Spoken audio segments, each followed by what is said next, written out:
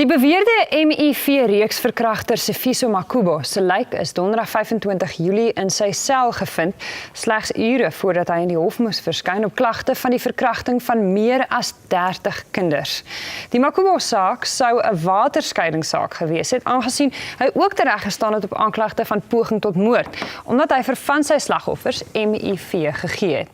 Hier om ons meer oor hierdie hofsaak, wat toe nooit plaasgevind het nie, te vertel, is senior advokate Maro Papachristoforou en adjunkt-direkteur advokate Aubrey Khanyile van die Nasionale Vervolgingsgesag. Welcome, good morning. Thank you so much for joining us. Thank you for having us. Tell us about this case and the story that led up to the point. Well, it initially had come in last year, January, February, for trial purposes. It was allocated by Advocate Khanyile, my colleague, to me. And initially I had seen it was a phenomenally big matter. There were 36, 37 criminal dockets, and immediately I saw that this was a serial rapist. And one of the significant features was I realized the charges were many. It may have very well have been one of the biggest matters in our country. When I started collating the facts, I realized we were looking at over 100 criminal charges involving rape, kidnapping, attempted murder through the HIV, unlawful possession of firearms and ammunition, and in some cases robbery with aggravating circumstances. But I think the most significant feature in all these matters were, one, that it was all children, except for two ladies. I had two ladies over 21, but all the children were under 18. The youngest, if my memory serves me well, was 8 or 9 years old. All children in the areas of Thokoza, Vosloorus, Katleong. Little girls from normal backgrounds, some of them really poverty-stricken. The most significant thing in this matter was that he was HIV positive. And that was quite overwhelming. And after discussions with Advocate Khanyile, we realized that this is such a landmark case because of the HIV angle. Tell us about this HIV angle and exactly what you would have to prove to turn this into, well, attempted murder. Definitely. It was a lot of work that we had to do in order to arrive at the proof that he, because of his sexual intercourse with the young children, he infected them with HIV. And we know very well that HIV is ultimately it's a death sentence. Then what we're going to prove is that he slept with these children or these victims, knowing very well that he was HIV positive. So you would have to prove first knowledge of the fact that he's HIV positive, correct. And then prove knowledge that this act would necessarily also cause them to contract the disease. That is correct. And then that would necessarily lead to their death. Definitely, definitely. And you felt that your case was strong enough to prove all it was three very strong, very strong. We had collated all the evidence against his actions, and we were prepared to go 100 miles to get him convicted. This sounds very insensitive to say that it must be frustrating, you know, the fact that someone passed away in the middle of this case. Yeah.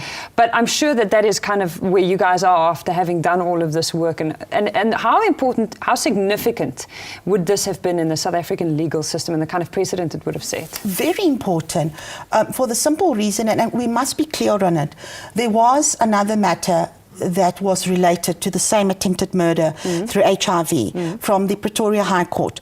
But what was different about this matter, it was a prescribed minimum sentence.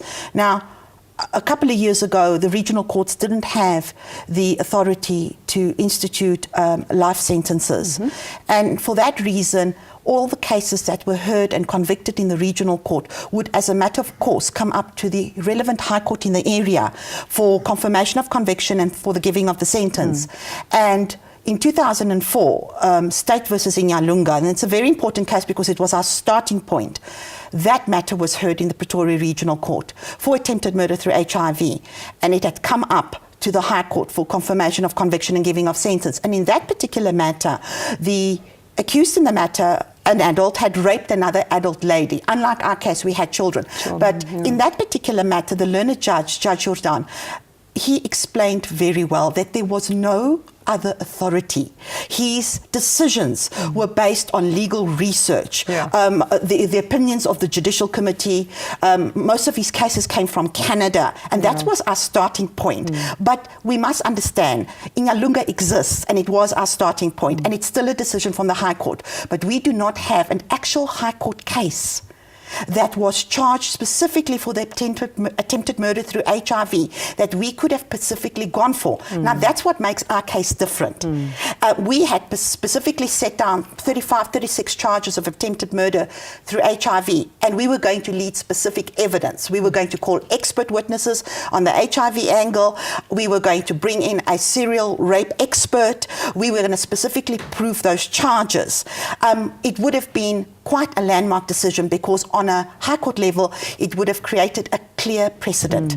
A precedent which all prosecutors in our country could refer to. It's so valuable, Definitely. in the legal system. From a lower court level, we would then be able to use this as a test case to bring in all these cases where attempted murder through HIV is involved. And you must understand, attempted murder through HIV is alive and kicking. And HIV is sometimes used as a tool. And we need to stop it. Wow. So it would have had quite an effect in our country and on our criminal law system, and we needed it. Sure. Okay, just as closing, what was the kind of response from the victims in this case after the supposed, suicide? I said to Advocate Khanyile, I actually, as soon as I'd found out that he had, and we must say he had allegedly committed suicide, there is an investigation underhand, a judicial inquest is being held, so the findings can be made formal. But at the time it seemed that he hung himself. But I had spent several hours phoning all the victims and speaking to all the family. And from their point of view, they were thrilled. I can't say otherwise.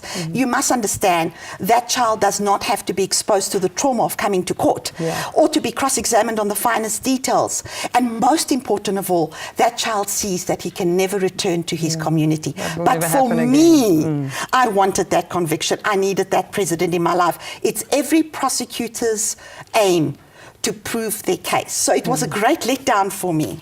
Wow, thank you so much. And it's excellent to see a prosecutor so passionate about your work. It's absolutely fantastic. Dit was senior advokaat Maro Papachristoforou en adjunkt direkteur advokaat Aubrey Khanyile van die Nasionale Vervolgingsgesag.